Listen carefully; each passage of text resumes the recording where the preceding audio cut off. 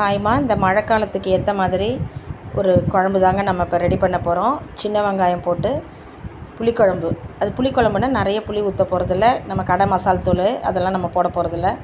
நான் இதுக்கு ஒரு 5 பேர் சாப்பிட்ற அளவுக்கு நான் செஞ்சிட்ருக்கேன். ஒரு 2 ஸ்பூன் கடலைப்பருப்பு சேர்த்துருக்கேன். இதை நீங்கள் இந்த மாதிரி பவுடரை நீங்கள் மொத்தமாகவும் செஞ்சு வச்சுக்கலாம். இல்லை அப்பப்போ கூட நீங்கள் வறுத்துட்டு மிக்ஸி ஜாரில் போட்டு பொடி பண்ணி போட்டிங்கன்னா வாசனை நல்லா அருமையாக இருக்கும், புதுசாகவும் இருக்கும். கடலைப்பருப்பு கூட ஒரு ஸ்பூன் மிளகு சேர்த்துருக்கேன். இதை நல்லா ட்ரை ரோஸ்ட் பண்ணிக்கலாம். ரொம்ப கருக விட்டுட்டிங்கன்னா கசப்பு தன்மை வந்துடும். ஒரு அரை ஸ்பூன் கடுகு சேர்த்துருக்கேன். இதில் வெந்தயம் போட்டு நம்ம தாளிக்கிறதுனால நான் இதில் வெந்தயம் சேர்க்கலை. ஏன்னா நான் வெந்தயம் போட்டேன்னா 1/4 ஸ்பூன் போடுவேன். நீங்கள் தேவைப்பட்டால் போட்டுக்கோங்க. அது கூட நான் ஒரு ஸ்பூன் ஜீரகமும் சேர்த்துருக்கேன். இதை நம்ம நல்லா வறுத்துட்டு மிக்ஸி ஜாரில் போட்டு பொடி பண்ணிக்கணுங்க.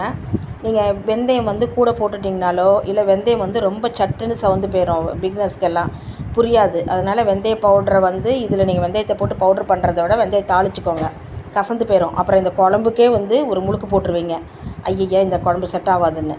அதனால் வெந்தயத்தை போட்டு தாளிச்சிக்கலாம். வெந்தயம் நான் ஒரு மண் சட்டியில் ஒரு 1.5-2 குழிக்கரண்டி எண்ணெய் ஊற்றிட்டு அதில் கடுகு வெந்தயம் போட்டு நான் தாளிக்கிறேன்.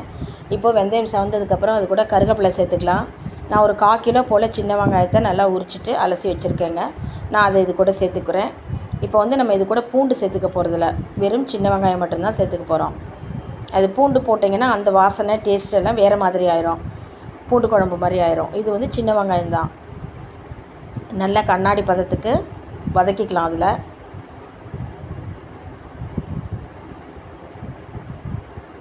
அதுக்கப்புறமா நம்ம இதில் தக்காளி சேர்த்துக்க போகிறோம். ஒரு எலுமிச்சம்பழ அளவுக்கு புளி சேர்த்து ஊற வச்சுருங்க. வெந்நீரில் போட்டு ஊற வச்சாலும் சரி, முன்னாடியே நீங்கள் ஸ்டார்ட் பண்ணுறதுனா இருந்தால் ஒரு பச்சை தண்ணியில் ஊற வச்சுக்கிட்டாலும் சரி. வெந்நீரில் போட்டு ஊற வச்சிங்கன்னா சட்டுன்னு ஊறிடும், நம்ம சீக்கிரம் கரைச்சிக்கலாம். இப்போ பாருங்கள், நல்லா அழகாக வதங்கி வருது. இப்போது இந்த டைமில் நம்ம தக்காளி பொடியாக நறுக்கி அதில் சேர்த்துக்க போகிறோம். நான் ஒரு 3 தக்காளி, மீடியம் சைஸ் தக்காளி 3 கட் பண்ணி அதில் சேர்த்துருக்கேன். இதுவும் நல்லா வதங்கட்டுங்க.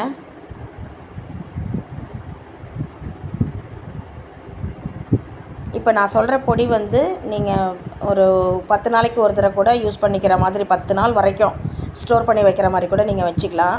நம்ம கடையில் வாங்குகிற மசாலா தூளெல்லாம் பார்த்திங்கன்னா அதில் எதுவும் இப்போல்லாம் என்னென்னமோ கலக்குறாங்கன்னு சொல்கிறாங்க. வண்டு வைக்காமல் இருக்கிறதுக்கு, கெட்டு போகாமல் இருக்கிறதுக்கு பேக்கிங்கில் இருக்கிறது. சாம்பார் பொடியாகட்டும், வத்தக்குழம்பு பொடியாகட்டும், ரசப்பொடியாகட்டும், நம்ம ஹவுஸ் ஒய்ஃபாக இருந்தால் கூட சண்டேயில் நீங்கள் கொஞ்சம் ஒரு 1 மணி நேரம் மெனக்கட்டிங்கன்னா போதும்.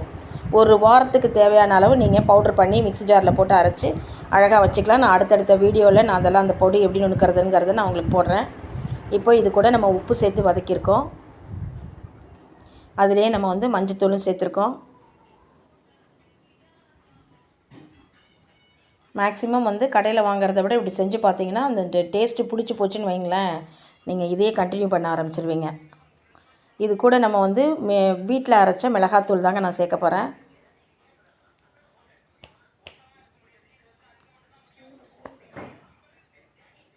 இப்போ நல்லா இது வதங்கினதுக்கப்புறம் இது கூடவே நம்ம வீட்டில் அரைச்ச மிளகாத்தூள், எங்கள் வீட்டு மிளகாத்தூள் ரொம்ப காரமாக இருக்கும், வெறும் தனி மிளகாத்தூள் தான்.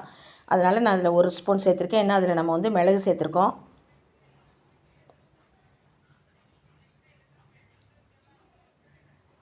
அது நல்லா வதங்கினதுக்கப்புறம் அந்த பச்சை வாசம் போயிடும் அந்த மிளகாத்தூளோட. அது கூட தனியாத்தூள், கொத்தமல்லி தூள் நம்ம இதில் சேர்த்துக்கிறோங்க. சேர்த்து நல்லா வதக்கிக்கலாம். இப்போ இதிலே பாருங்கள், ஒரு 50% மேலே வெங்காயம் தக்காளி எல்லாமே வதங்கி வெந்திருக்கு. ஏற்கனவே நம்ம உப்பு சேர்த்துருக்கோங்க. தேவைப்பட்டால் நீங்கள் உப்பு சேர்த்துக்கோங்க, டேஸ்ட் பண்ணி பார்த்துட்டு.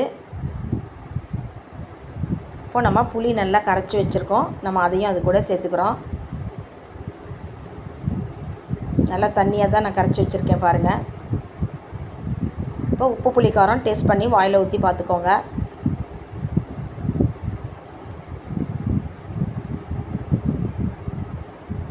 மண் சட்டிங்கிறதுனால ஹீட்டு ரொம்ப நேரம் ஆகும், அதுக்கப்புறம் தான் கொதி வரும். அது கொதி வந்ததுக்கப்புறம் பார்த்திங்கன்னா ரொம்ப நேரம் அதில் ஹீட் இருக்கும். இப்போ நம்ம வறுத்து வச்சுருக்கிறதெல்லாம் பவுட்ரு பண்ணி வச்சுருக்கோம். இந்த பவுடரை வந்து டைரெக்டாக நல்ல புளி வாசனை எல்லாம் போய் நல்லா கொதித்ததுக்கப்புறம் நீங்கள் வந்து தண்ணியில் நல்லா டைலூட் பண்ணி கூட அதை ஊற்றலாம். இல்லை சிம்மில் வச்சுட்டு பவுடரை போட்டு நீங்கள் கைவிடாமல் கட்டி விழுகாமல் கிளறிக்கணும்.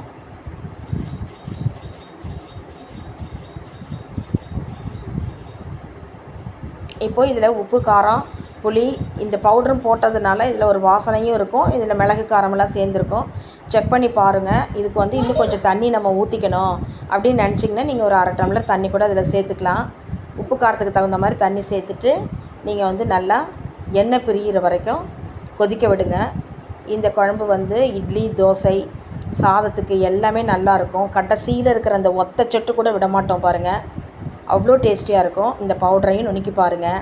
இந்த பொடியை நுணுக்கி வச்சு பார்த்து நீங்கள் இந்த குழம்பு செஞ்சு பார்த்துட்டு எனக்கு கமெண்ட் பண்ணுங்கள். நம்ம சேனலில் நிறைய வெரைட்டிஸ் விட்டுருக்கோம். நம்ம சேனலை சப்ஸ்கிரைப் பண்ணுங்கள். தொடர்ந்து நம்ம சேனலுக்கு சப்போர்ட் பண்ணுங்கள். தேங்க்யூம்மா.